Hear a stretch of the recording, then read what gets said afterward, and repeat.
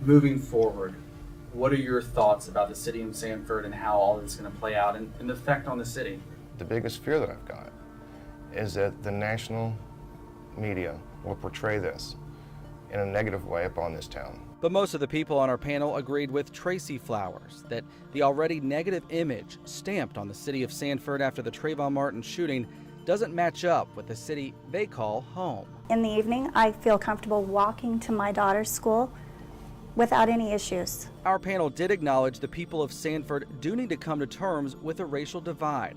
Jeff Krall, a pastor, and Cindy Philemon with the Goldsboro Historical Museum addressed that. I mean, do you feel like that this trial still hanging over us is preventing maybe the city from moving forward, to preventing the city from coming together? Well, I've talked to some of the leaders, and I actually think it's a positive thing. One of my concerns was that this would be quickly swept under the rug and pushed aside, and this keeps the conversation alive. It was healthy because it's causing us to have to come together as a community, because we all have different communities we live in, but we're one community, and we love Sanford. We work in Sanford, we live in Sanford, and we play in Sanford. But Chaplain Joe Morales says if the community is going to come together, they have to connect with the city's younger generation. Just work a little bit more with them and hear them out a little bit. Give them an opportunity to speak and say why this is going on.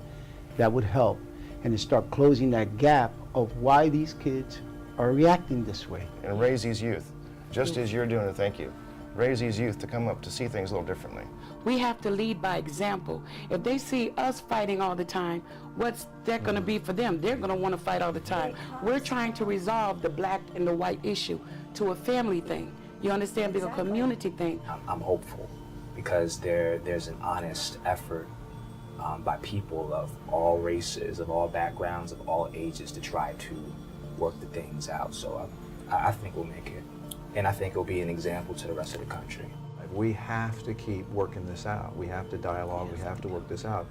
And I'm encouraged that it's still with us, because the problem and the difficulties we've had have been entrenched, and they just don't go away overnight. The nation is watching. I think what the best thing we could ever do is to see the nation see that we coming together as black and white, like what we're doing right now. We're coming together in peace, so no matter what the outcome is, we got to stick together.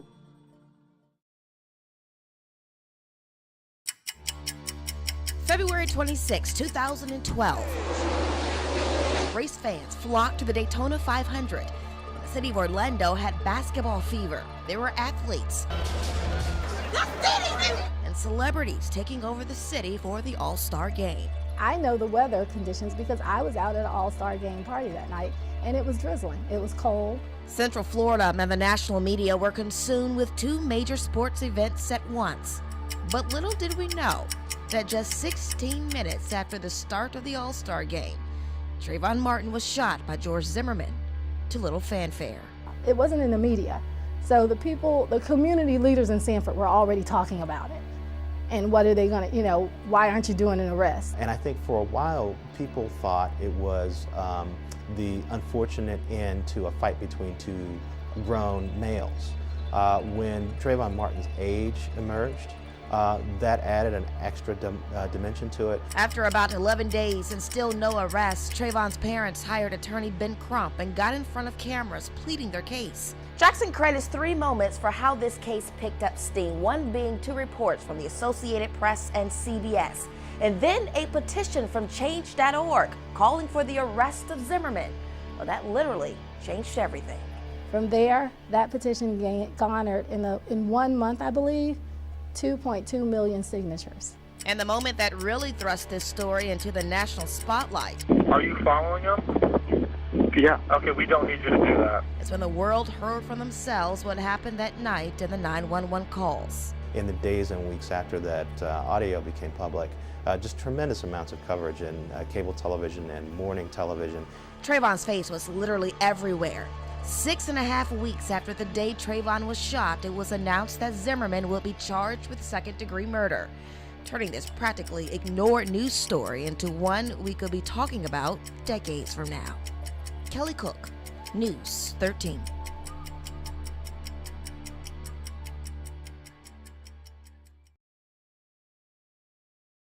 It looked a lot different 1 year ago here in Fort Mellon Park, where it was predominantly African Americans who came here to rally and protest at the shooting of Trayvon Martin. And we start our coverage right now. It was at those many protests, often played out on live television, We're right in the middle of the action, that the world saw the debate over racial inequality was still alive decades after the Civil Rights Movement. We come to tell you tonight, enough is enough. Behind the signs and the chants, No justice, no peace. many protesters said George Zimmerman focused in on Trayvon because he was a black teenager.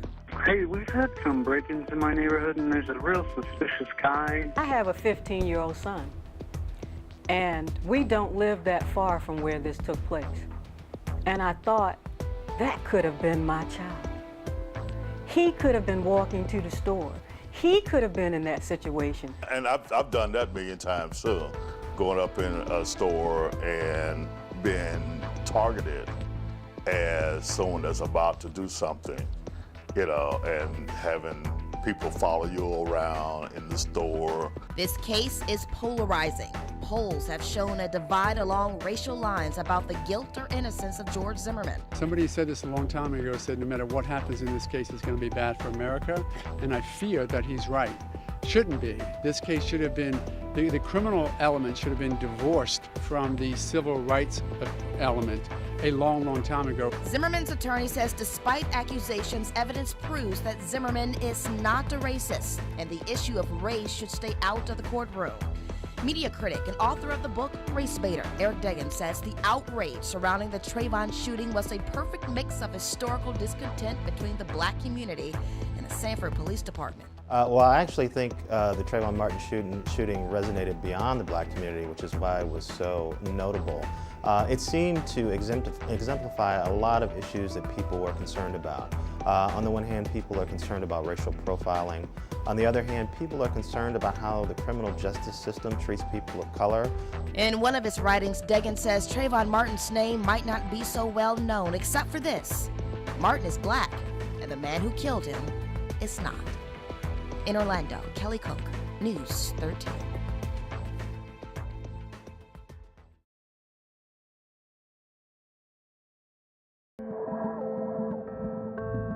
Who was Trayvon Martin? We've seen the pictures that surfaced just days after the shooting.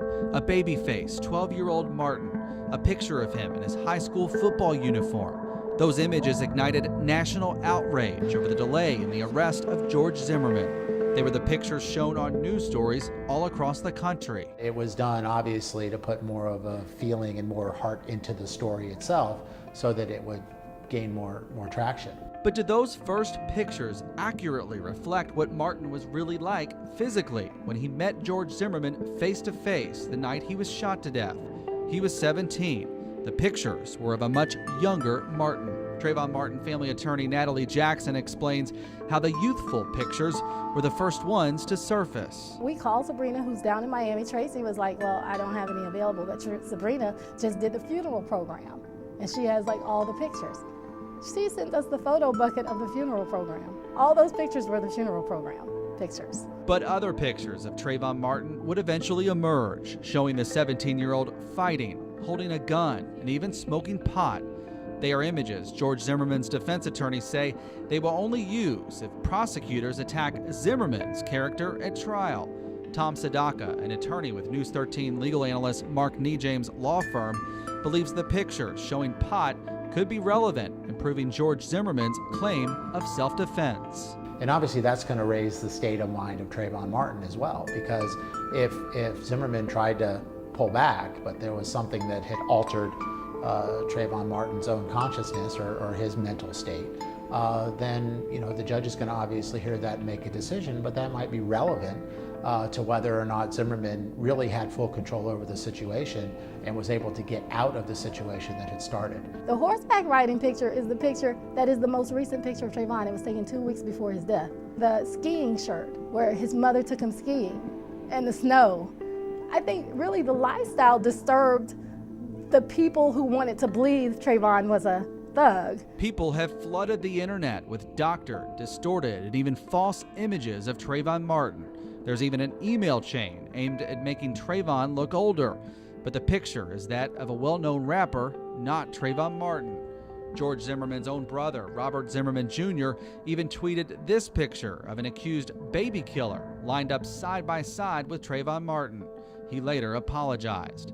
No matter how Trayvon Martin is portrayed at trial, there will be one image that will likely stick with jurors. If you think about it, when you think about Trayvon Martin, the first image that pops into your head is the one that was plastered all over the media with him slightly leaned forward, looking baby-faced and like a gentle young kid. And that's the image that's going to pop into all their heads.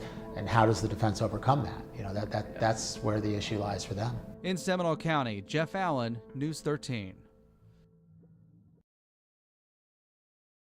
This has the makings of some problems. People from all over the world are flooding into Sanford for one of the most widely anticipated trials in U.S. history. And that means law enforcement must be ready for anything. That's why agencies like the Sanford Police Department are stepping up patrols. We have essentially made sure that any vacations or furloughs and things have been canceled, and that there'll probably be additional officers that are out on the street. Sooner we get closer to the trial, I guarantee they're walking through this and kind of getting a feel as to what it's going to be like, and they're prepared. We're going to take a look at the Seminole County Courthouse from above. Here it is right here, and there's going to be stepped up security all around this area during the complete trial. But if you take a look over here, this is 1792, one of the busiest roads through Seminole County. If we take a closer look in, the sheriff's office is going to have a deputy there stationed there all the time to make sure traffic in and out of the courthouse here onto Bush Boulevard moves smoothly and keeps 1792 open to traffic. They're going to have what you would call an outer perimeter around that courthouse, which means just that. They're going to take a view 360 around the courthouse and look for potential problems. More importantly, your principal will be the trial. They're going to have inner security, and that's going to be locked down just like it was in the Anthony trial. But private investigator and former courthouse deputy Jamie Copenhaver says there could be even more to watch out for during the George Zimmerman trial, with people representing several different groups expected to show up. I think it's going to be magnified probably by 4 or 5 times due to now we have gun control, an issue in gun control, people wanting gun control. Anyone from the public, any demonstrators will be kept right here in this grassy area. But deputies will have barricades set up right down the middle. They'll be inside those barricades, keeping a close eye on them at all times. I would put undercover people within those groups to be kind of hands-on, and you're hearing what they're planning or what they're talking about doing, which will give you a little bit of time to react to if it was an evil plan. The influx of people will be visible across Sanford. The new police chief is urging people to help officers keep an eye out. They're looking out to make sure that we don't have people who are starting to congregate in locations, that we don't have people who are starting to riot or do anything that would cause a major disturbance within town. It's still unclear if we'll see groups gather in downtown Sanford like we did in the weeks following the Trayvon Martin shooting. At this point, Sanford police say the parks will be open like normal. My goal right now is just to, appeal to the community to say that we need to make sure that our house is safe, that our homes are safe, that our people are safe, and that we continue to live our lives as we normally do on a daily basis. In Sanford, Jeff Allen, News 13.